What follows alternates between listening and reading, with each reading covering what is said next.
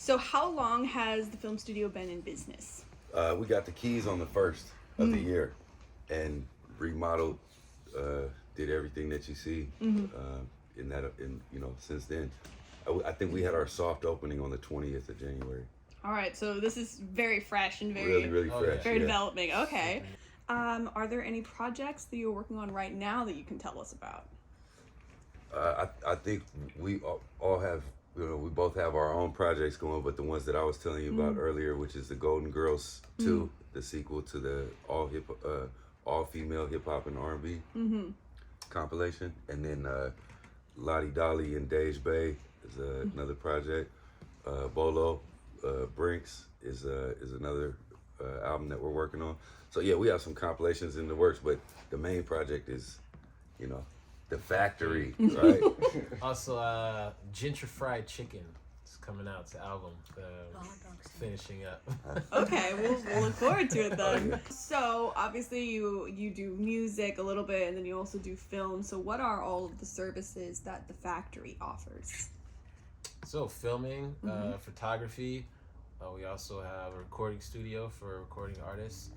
We have podcast space, so you can get your voice out there. Another thing that we do have coming up that I failed to mention is we have a rap battle coming up on Saturday, March 5th for Battle of the Zay. So we're gonna have some rap battles here, some aggressive poetry. Yeah. So why did you guys choose to set up shop in Pittsburgh?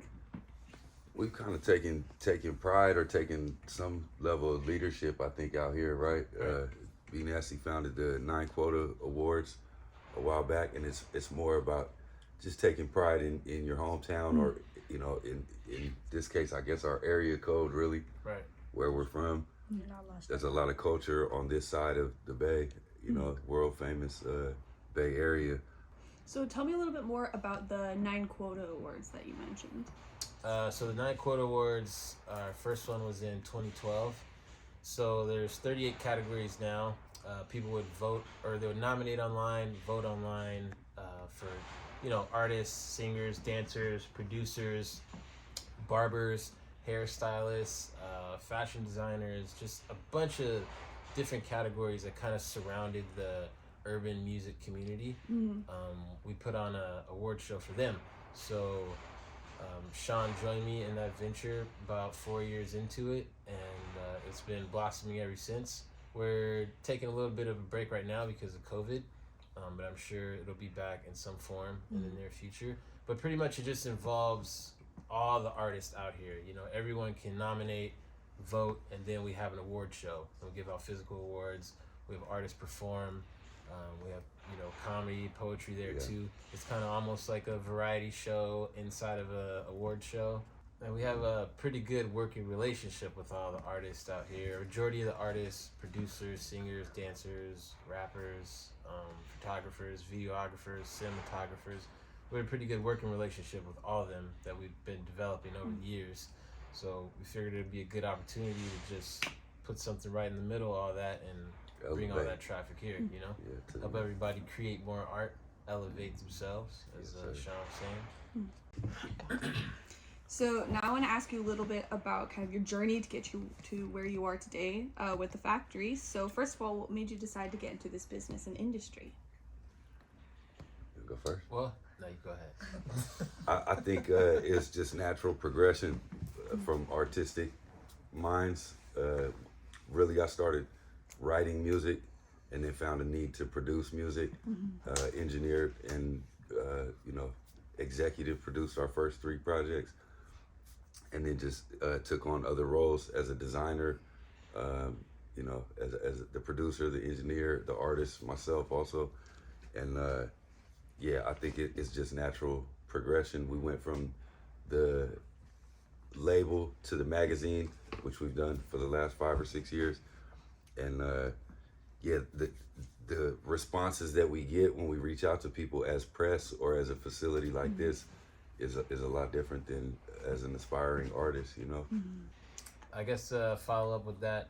I got into this field because I'm an artist myself, right? And working with a lot of other artists, like I said earlier, felt like it'd be a good opportunity to provide a space for them to create art.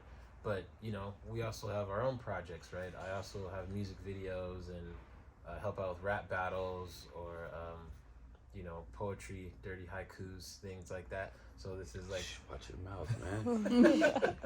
So this is like the perfect space to for that, you know.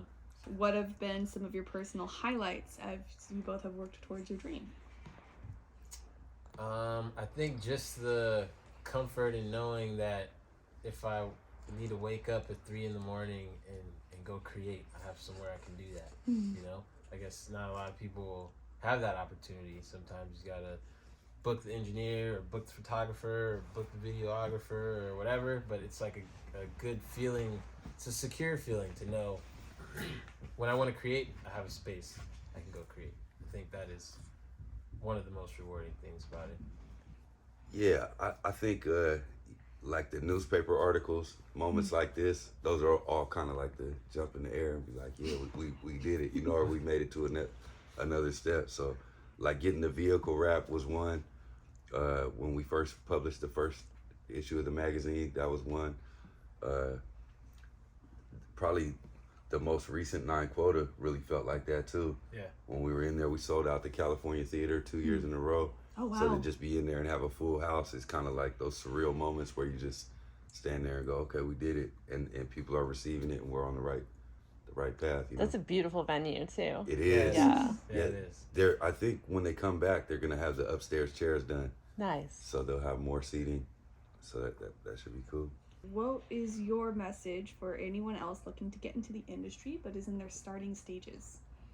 I'll let you head out that one. I would say surround yourself with people that you want to learn from. Yeah, not people that you're trying to teach.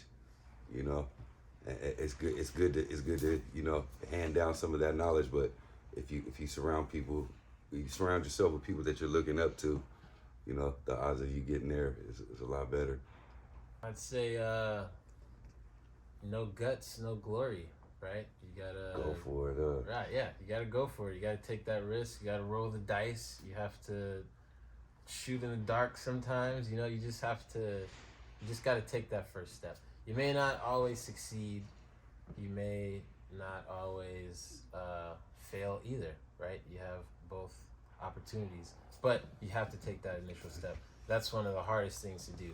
You know, you can get bogged down with your 9 to 5, you know, kids, family, life, you know, health, whatever's going on. And, you know, there's always an excuse to not make that big step. Right. And, you know, I just say, make that step. That's the hardest one to do, is just put one foot through the door, right? Test the water, see how it feels, check the temperature, right? But you have to make that first step.